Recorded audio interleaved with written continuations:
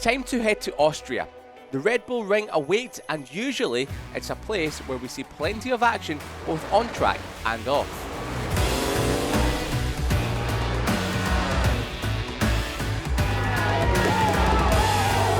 We'll start with Aprilia because we're better to start than with the factory that just went and had their best Sunday ever last time out at Silverstone.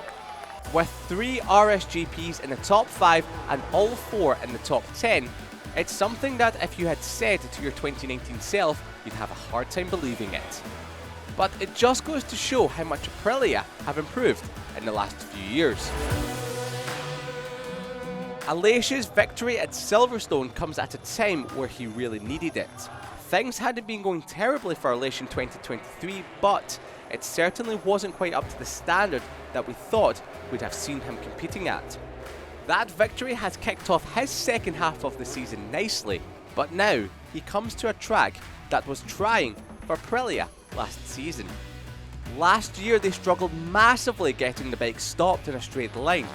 We saw both Aleix and Maverick run on into the gravel several times that weekend. So hopefully that is something they've made progress with this season. The Red Bull Ring is quite literally KTM's backyard. Their home venue is one of particular importance to them and has seen them stand on the top step of the podium twice. KTM having taken a big step forward this season, expectations will be high and so will the pressure of all the big bosses in attendance. Another thing to expect this weekend is possibly a solution to KTM's 2024 dilemma. 3 into 2 doesn't go, and with Pol Espargaro, Augusto Fernandez and Pedro Acosta all waiting final confirmation of what their 2024 plans look like. KTM's history of announcing their next season's plans at their home race suggests we might just see how the biggest piece of the MotoGP 2024 puzzle slots into place this weekend. While the Red Bull Ring may be KTM's home round, this place is a Ducati stomping ground. With horsepower and stopping performance being your friends at Austria, the Ducati has always suited this place, and 2023 is likely to be no different.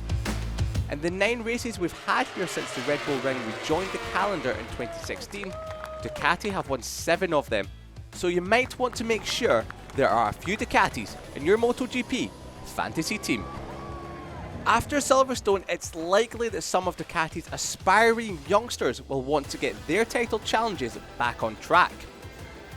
Marco Bezzecchi's error on Sunday in Silverstone handed Pecco a handy points lead, and Jorge Martin was really in the thick of it after having to come from last to 6th after running off at turn 1. If those 2 championship players want to be just that again, they need to make sure the number 1 doesn't double up in Austria. They do also need to watch out for the KTMs. Binder and Miller's RC16s are much improved from what they were last year, and we've seen them upset Ducati's plans on a few occasions already this season. With the home round backing behind them, they'll be out to make a point. Lastly, Yamaha and Honda will be looking to confirm new parts they brought to Silverstone last time out. After Quartararo admitted that the new aero package was interesting and definitely not worse, he wanted to see how it would handle the hard acceleration points in Austria. If progress is made in that area, Quartararo might be on for an inspired ride. Don't forget that last year he took on the Ducatis and came close to conquering them all. For Honda, new aero is also the order of the day. Taka Nakagami will once again be running the radical new aero he debuted at Silverstone. Taka told the media Honda believe this philosophy is the way forward, so let's hope they can make progress with it and start to turn the tide on their troublesome RC213V.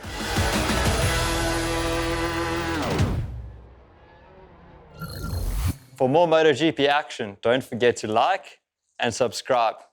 I'll see you at the races.